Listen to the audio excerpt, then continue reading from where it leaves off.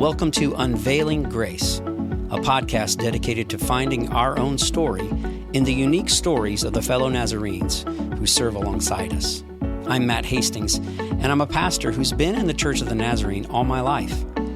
I deeply love the church and all the ways that she's shaped me, and I want us to hear from each other about how the Church of the Nazarene has saved us. In a day and age where there's a lot of line drawing and finger pointing, we want to pull up a chair to the table of our people's past and sit through their stories.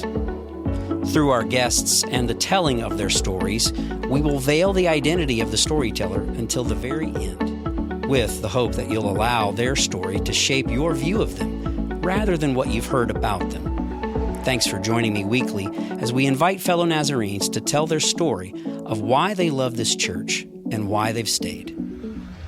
So you got to tell me, you're a ballroom dancer. Well, somewhat. Let me tell you how that started. My wife and I, one year, we went on 4 cruises in a single year. And every single cruise, we would see these people up on the dance floor. And I just said, man, I wish I knew how to do that. And Sure. she said the same thing. So for her birthday that year, I bought her 4 ballroom dancing lessons. Thought that was going to be it. Boy, did I not know they were going to bring you into a whole world. Yeah. But we kind of participated in dance lessons for about 10 years and learned quite a lot of steps. That's a lot of fun. It's fun. And then you're watching Dancing with the Stars and you're going, I kind of know some of this and that. Yep, I know those steps. And every now and then we get to practice that as well. That's fun.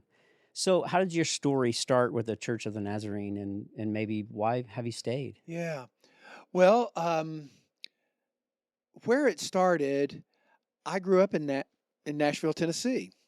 And 3 doors down from me was a family who belonged to a Church of the Nazarene. Had never heard of such a thing before. Sure. I was raised Lutheran, baptized a Lutheran as a baby, and my sister and this girl were best of friends. And I thought, they're the weirdest bunch of people I've ever heard of. I mean, I heard what they did do, what they didn't do, and I thought, what a weird group. Well, between my junior and senior year of high school, my family relocated to Florida. And while we were there, and I didn't know anybody, I'm a senior in high school and didn't know anybody, Nashville First Church sent a youth choir down to do a weekend of ministry. And because my sister knew this girl in the youth choir, she volunteered to keep her and a couple of her friends. So there were like 3 cute girls staying in my house. Sure. And they invited me to go to the beach with them on Saturday. And everything inside of me said, you know I will. And then they invited me to their service that was at a high school gymnasium on Saturday night.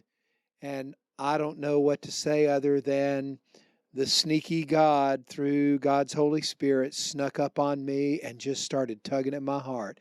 And it took a while for me to say yes, but it was their witness. It was the fact that here was this group of very winsome and attractive and fun-loving kids who loved the Lord and were still having a great time. And I'd never witnessed that in my whole life. And I thought, this is something. And so that's what sort of drew me into the church. Now, what keeps me here is that over the years, I have met enough people who truly, truly are saints, that I believe that our message is true, that there really is a way of living out God's call to holiness through a life of love that can be embodied in real human beings.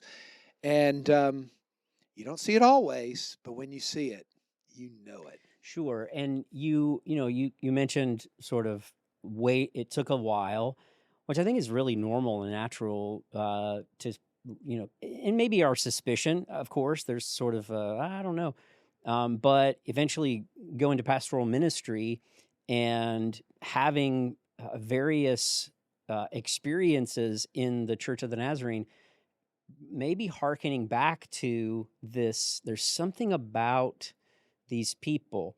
You mentioned you've met enough, you know enough saints. There have been those saints. I I I think that's particularly beautiful because that could be who we are now to someone else. Who were the people, maybe somebody that was championing you in the shadows, or at least, that, was somebody that you could talk to, that shared when inevitably, when we as ministers of the gospel feel the weight, or I don't think I want to do this, or I don't think I should, I'm not sure about this. I think that's a human thing. Who are some of those people that have been that? Right away, it was our worship/youth pastor. And he really didn't want to be a youth pastor. He had no calling to be a youth pastor, but the church was small enough, all they could afford was one staff, and his thing was music. And so he agreed to do it if his youth ministry would be simply creating a youth choir. And I want to tell you, that guy's name was Richard. He poured into my life, and he made such a difference for me, believed in me.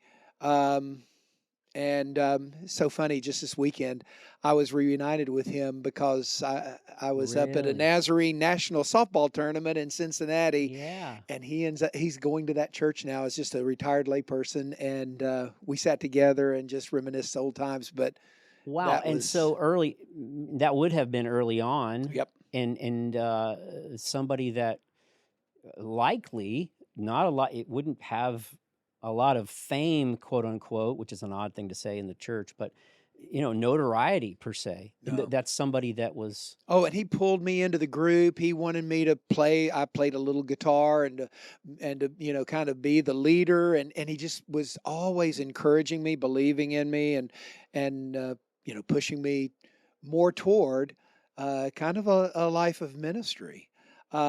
I had some mentors. One in particular, a professor in seminary, who was a huge mentor to me. Just um, again, not only teaching me, but believing in me. And we co-wrote a scholarly article together Mm. that's been published, and those kind of things. And then earlier on in my ministry, one of our general superintendents was a friend because he had been seminary professor, and then became the general who laid his hands upon me and ordained Oh, me. really? And then later on, I was pastoring his grandchildren, and in his retirement years, he would visit often. One of my most prized possessions to this day is a book that he gave me that he signed. His name is Bill Greathouse, and may he rest in peace and rise in glory. He was just such a person of integrity, and he lived an authentic life of worship. And he's one of those saints, but he was a saint that I knew and who loved me and encouraged me Yeah, there's and something believed in about, me. because that is you know, a theological giant in our family, but also, um, in a personal way, knew you and Yeah, someone you trusted yeah, in all aspects. Because I do think it matters, those people who, are speaking into our lives. We say, okay, I trust this voice. yeah. And And those spiritual giants, they they go home after church, because I did with them one time, and they sit down in the living room, and they take their shoes off and they kick back, and they're just like eating us. nachos, and Yeah, yeah, yeah, yeah. yeah, And yeah. it's really that I think is really interesting, because we view them, as we do most people that we've sort of put on a pedestal. We view them as these giants, and then to have a personal connection makes you trust them even Yeah, more, that's because right. they're human, Yeah. and they love you. Mhm. So in this season of your life, those words from him probably are still in your heart and mind, and continue to be. um, and I love the kinship there. Who might be whispering to you now?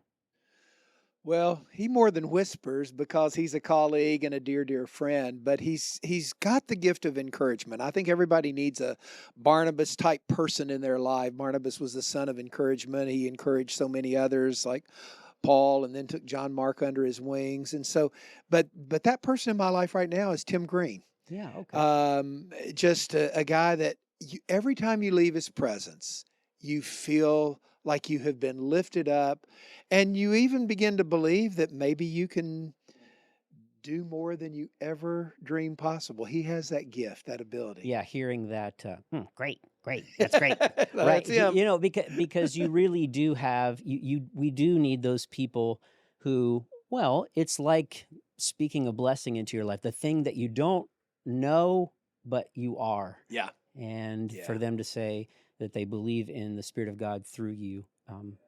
What excites you right now in preaching in our denomination? What are the things that are exciting to you? Well, this may give away more than you want, but I actually teach preaching.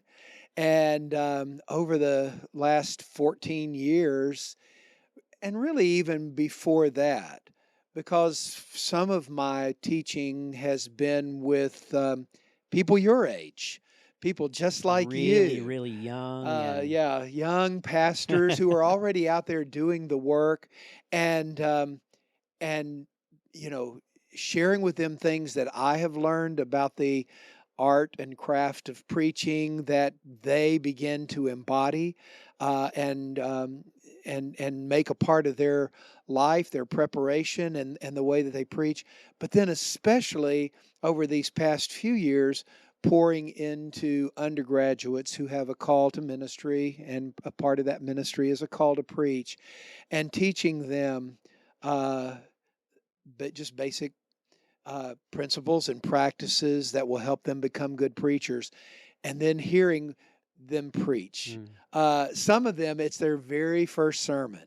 Sure. And we have a little festival that we do where we kind of celebrate that. And year after year, those students just blow me away. Even some of the students that I think, oh boy, I don't know if they're Yeah. really catching on, and they actually stand up and they do it. And many of them have already gone on and become really, really fine preachers. It gives you, I think for me too, it gives me hope.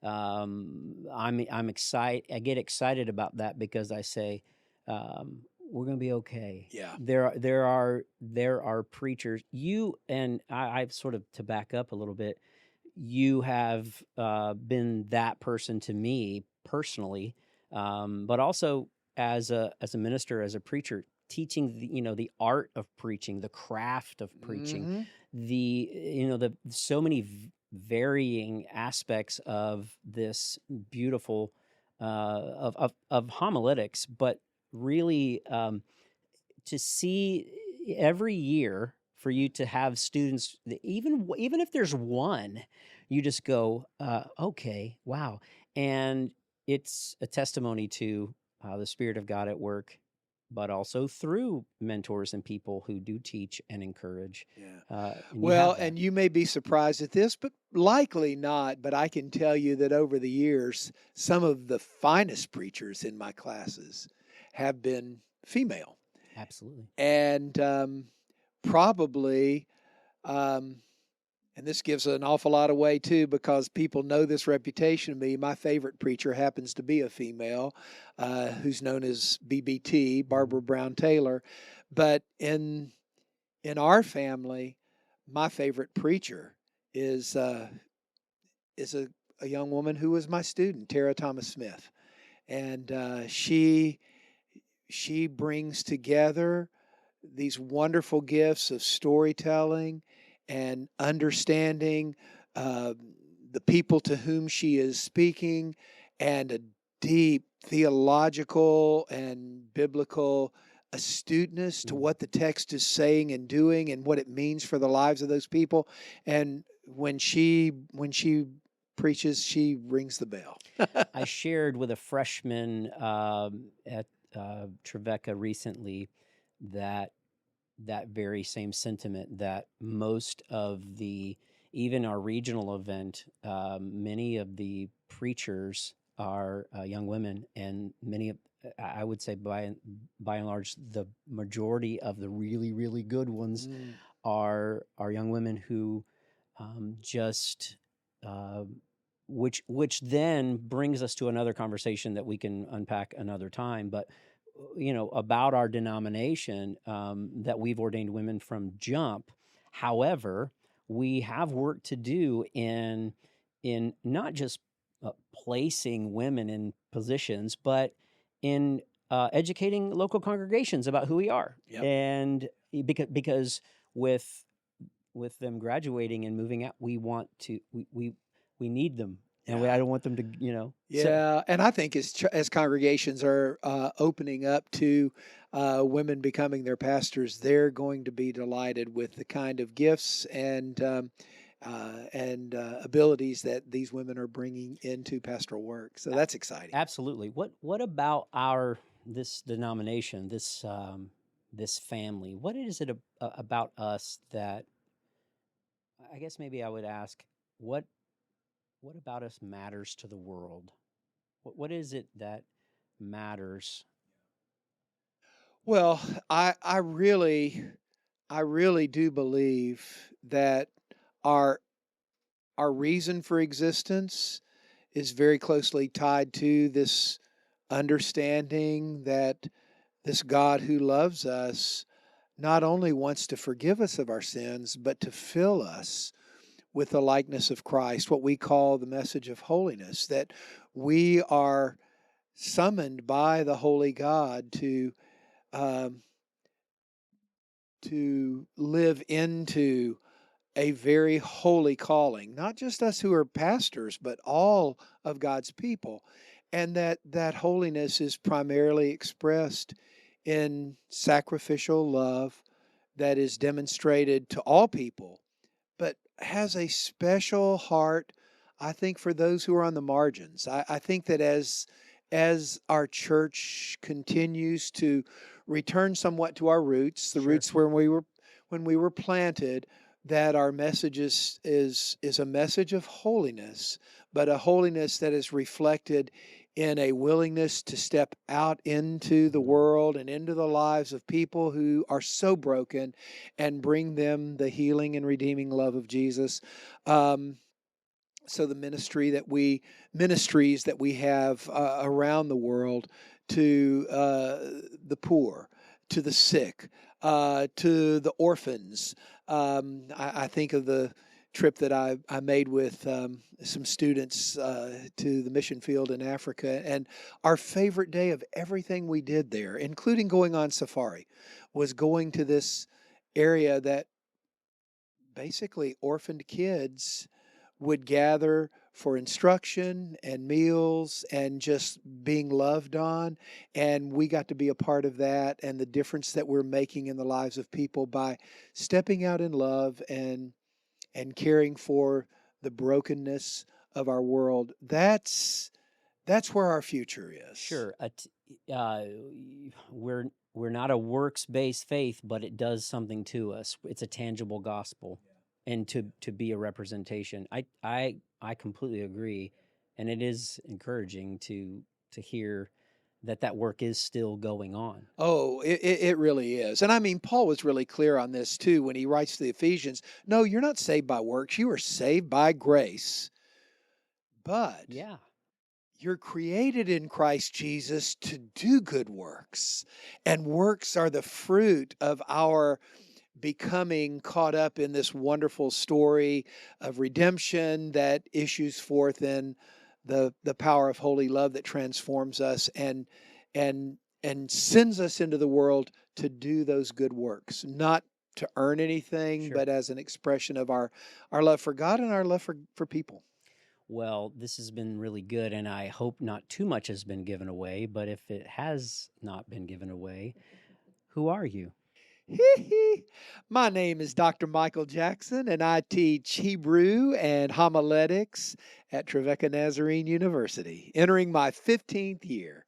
And you, Matt Hastings, are one of my prize pupils, one of the very first ones that I taught at Trevecca in the master's program, and appreciate you so much. Thanks for being with us, Mike. Love you. You're very welcome, man. Love you too.